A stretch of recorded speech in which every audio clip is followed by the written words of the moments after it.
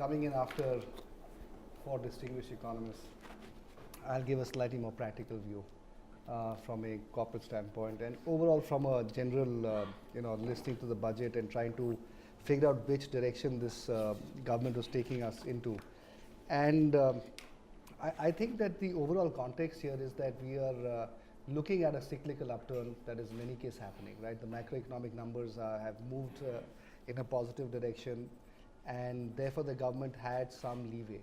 But I think, as one of the people earlier said, that I don't think that this government is impelled by a necessary sense that everything has to get done right now, right? I think they do believe that they have a longer term runway, whether it's 5 years or 10 years, is a different matter.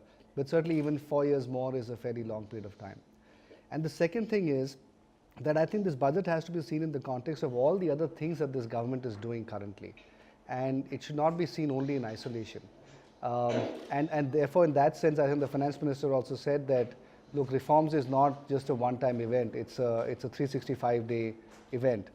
And I think, having said that, of course, I think there was a need for the government, and I think they felt it this time, that they had to lay out a longer-term vision roadmap as well as to where they were trying to head towards. And I think if you look at the first part of the speech, there were some statements to that effect about what thrust the government wanted to give and what were their areas of focus. But I think if you look at the overall budget as sort of in sum, to me it appears that it's a fairly balanced budget, okay?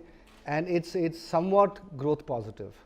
And I don't say it's massively growth positive because, to me it's just one step in a longer program of the government, and we have to see what else they end up doing along with this budget to see where we actually finally end up at on the growth side.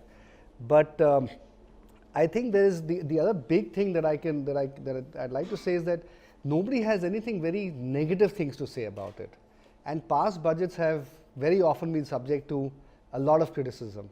And notwithstanding Mr. Gowda's attempts to be somewhat critical, I think, most people are struggling to say this was really, really bad. And I'm not trying to, of course, take on his position or anything. But I think that, so the question therefore is, it's not a bad budget, it's mildly positive, but could it have done more?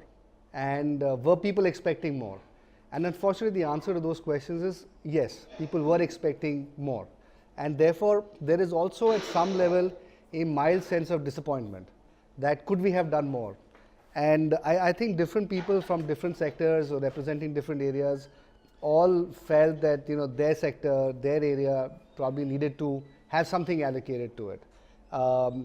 And that did not really materialize. So there weren't any big dramatic tax cuts, either for corporates or for individuals. There weren't any big tax increases. There wasn't any reduction in MAT. So none of those things happened.